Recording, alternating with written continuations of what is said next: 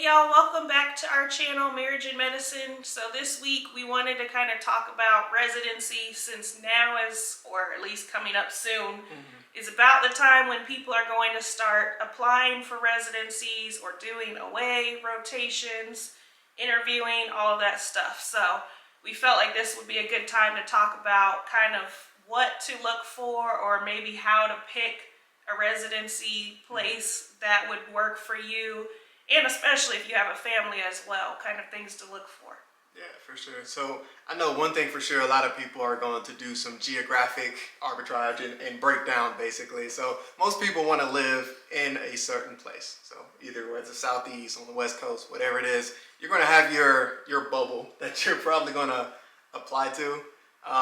But in certain situations, if you're in a highly competitive field, I would say to expand that bubble, because you never know. Honestly, the more interviews you can get, the better. So when you're applying, definitely make sure that you kind of broaden that out a little bit if you need to there. Yeah, I would say there's nothing wrong with, like, because we even knew, like, oh, we would prefer to stay on the East Coast, specifically like Virginia and North Carolina. But that didn't mean that we only applied to Virginia or North Carolina residencies. We kind of just like picked a variety along the East Coast that we would be okay with going to. So it's fine to like have your preference of where you want to go, just don't only stay there. Like, definitely make sure you include other options, but also don't just pick something random either, because if you do happen to get matched there, you have to go there. That's so don't pick Alaska on your list if you really don't want to go to Alaska. So just make sure also with that you're picking places that ultimately, if you do have to go there, you'll be able to cope and survive for those 3 to 5 or however many years you have. Yeah, exactly. So once you kind of get your list together of places you would like to go, start to do a little bit of research into them. Get an idea of what their culture is like, which is hard to do when you're not there. But just kind of get a general idea of, like, do the residents seem like, are the residents from like different places, or do they really only accept residents from one kind of particular location? Those are all kind of important things to kind of get an idea of whether or not you'll be a strong candidate for that application spot there. So right now is also a important time because a lot of people are doing away rotations, depending on what specialty you're going into. Right now is the time where you're really going to get an idea of what the place is like, how it functions. You're going to get to meet a lot of people. That's going to really give you the best idea of what a residency is actually going to be like. It's been a little bit difficult previously with COVID, just being able to get in front of people to see what it's like. But now it seems like everything is kind of relaxing a little bit so that people are able to get more firsthand experience in those locations. Having the ability to travel to those locations is also something that's very beneficial, because again, you're going to be living there for 3+ years. And so you want to make sure that it's an environment where you feel safe, make sure that your family feels safe, and a place where you feel as though you can thrive. And so that is very important from that standpoint. And with that, like, try to do, if it's possible, if you have an area that you really want to go to, or you think you're wanting to go to, try to do an away rotation there, because that will give you a good idea of like what it's going to be like in residency there. And also may help you decide, like, oh, maybe I didn't want to be here as much as I thought I did. So I would try to pick those places, like if you have 2 or 3 of them, see if they do accept away rotations, and then maybe look into doing those there. If they don't, then you kind of just have to pick wherever ones are available. But I would start with those first. Yeah. Just to give you a better idea or a glimpse of what it's going to be like there. Right. That's also very important. Like, if you're somebody who's born and raised on the East Coast, but you're like, I want to go to California. I don't have any family there. I just think California's cool, so I want to go out there. Doing an away rotation out there will be very beneficial to you, because it'll show interest in being on the West Coast. Because if you're going and doing an interview and you're like, so why did you want to come to the West Coast? You have 0 ties here. Trying to explain that is a little more difficult than being like, oh, I did an away rotation here. I love it in California. This is where I want to be. It gives a little bit of a different aspect to yourself there. And then something else to think about would be if you have a significant other or family that is going to be going with you for residency. If your significant other is someone who is working, you might have to factor in their jobs. So for me, I was teaching, which teaching I could work pretty much anywhere. It didn't matter if you're east, west, coast, none of that is really important. But there are some people who might have jobs that might be a little bit more limited in location. So that might be something you have to factor into as well. Is this person going to be able to actually go with me? Are we going to have to stay apart for some time? Or like, what is that going to look like as well? And then you have to factor in like, will that be an issue for you to have to go and be by yourself and be separated or not? Right, right. The next thing I would say is reach out to the residents that are already there. They're going to be the individuals who are going to give you the down and dirty. Again, they have invested interest in you, of course, but they're in it, and so they're going to be able to tell you all the details, the pros, the cons, the good things, the bad things. They'll give you all of it. And so if you can get a contact within the residency that you're very interested in, definitely do that to reach out to them and kind of see what it actually is like, especially if you're in a situation where you weren't able to get an away rotation there, or you're not able to see the location. Being able to talk with somebody is very beneficial. A lot of residencies nowadays are doing kind of like online Zoom meet and greets and different things like that. I know my residency program that I went to is doing that. And that's definitely a very good way to just get your face seen and just be able to get those questions answered, even if you're not able to be there. Something else to think about from a significant other standpoint is, which is kind of hard because you don't get to go to these things usually with them, but try to see or find out from the person who is going, like, what is their residency program like as far as like family? Like, are there other residents who have kids? Do they have significant others? Does everyone pretty much just like single? Because that does play a factor too in how they treat their residents also. I know for us, like with your residency program, there were a lot of other people that did have significant others. And then even within that group of people that had significant others, there were a few that had kids too. And so with us coming in and knowing that we wanted to have a child at some point, that was good to see, like, we're not going to be the only ones here that have a family. And they took that into consideration with like a lot of things. They try to plan stuff for like all of us to go to.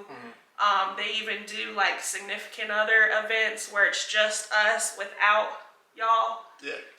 And so that might be rare to find at places. So that would be something maybe you can try to inquire about, or just see like, are there going to be other kind of like-minded people here with me, or am I going to be kind of the only one?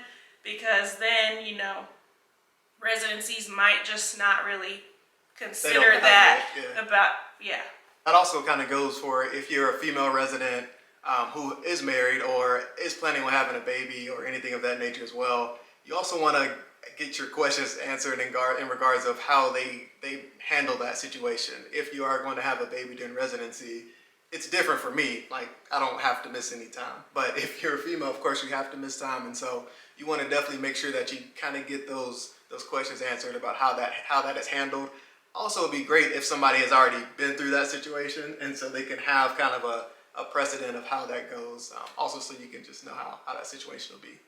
And something else good to ask about would just be like scheduling and time, all of that, because different residencies do scheduling different ways. And so when it comes to not so much holidays, but like you think about, like you were saying, maternity leave or paternity leave, or if there is a death in your family or whatever, like how does that residency work with you in those situations? Do they just like, oh well, you're still gonna have to work, figure it out, or do they try to, you know, like switch things around for you? Like that's something you do want to know. How much, like how many days out of the month am I scheduled to work? Do I get any days off ever? Right.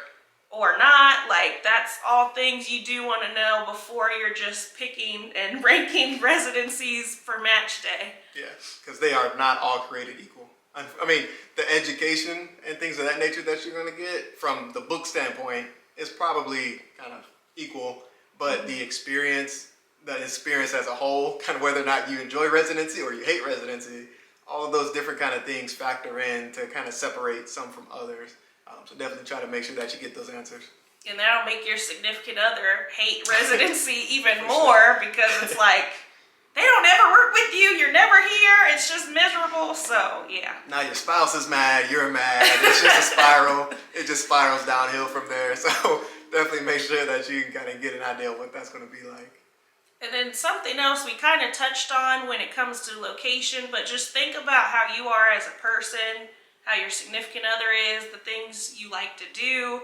If you're people who like to be outdoors and like, you know, adventurous, things of that nature, then going to a residency that's in a big city might not really be that appealing to you. Right. And vice versa. So I would say to also take that into consideration as well. Again, don't necessarily only apply to those types of residency programs, but like think about where your residency is located from that standpoint. And then even maybe like, do they offer fellowships in those things that you might want to be able to do as well, or do they not? Because, you know, if you like it there, that would be a great, easy way for you to stay there and just do your fellowship. But if they don't, that could mean another move, right, and another headache for you.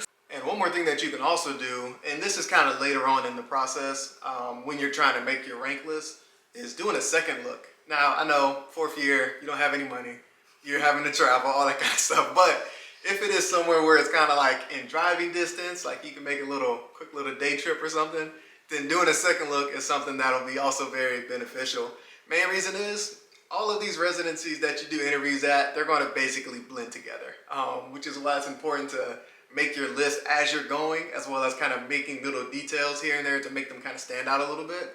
But even with that, they can still kind of blur a little bit. So being able to do a second look at kind of some of your top programs to be like, oh yeah, that for sure is where I want to be, is something that'll be helpful. Most residencies will allow you to do that. You just, again, reach out to the program director afterwards and just let them know that you're interested in doing that, and they'll have you back, do another second look, or do a little walk around, all that kind of stuff again to kind of re-pique your interest. But that's something else that's definitely very beneficial.